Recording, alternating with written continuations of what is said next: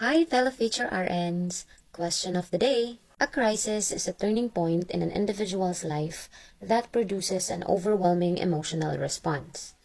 Under which type of crisis does rape and murder fall under?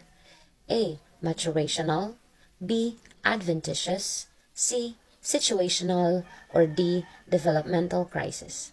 Pause the video and comment your answers. Okay, so dito sa question, dinefine na kung ano yung crisis. Ang hinahanap, ano daw na category yung rape and murder.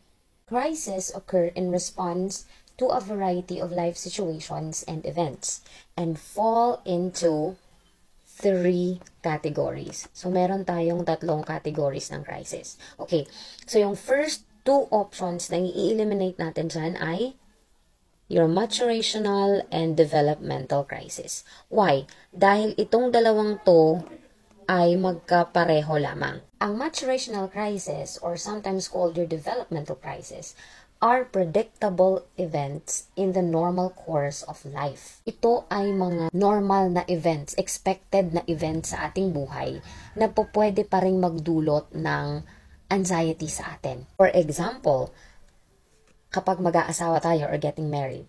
Okay, parang expected yan, normal na nangyayari sa ating buhay yan, na po pwedeng magdulot ng anxiety sa atin. Another example is having a baby, lalo na kung first time natin magkaka-baby. Okay, another example is kung magtatrabaho ka, let's say abroad, tas first time mong mawawalay sa pamilya mo. Those are maturational or developmental crisis. Between B and C, the correct response is B, adventitious crisis. Ang adventitious crisis natin is also known as your social crisis. Ang mga events naman na to includes your natural disasters like floods, earthquakes, or even war or terrorists attack.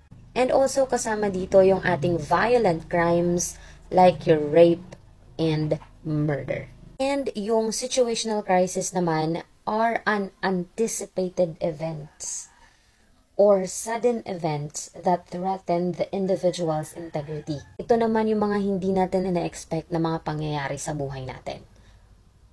For example, a death of a loved one.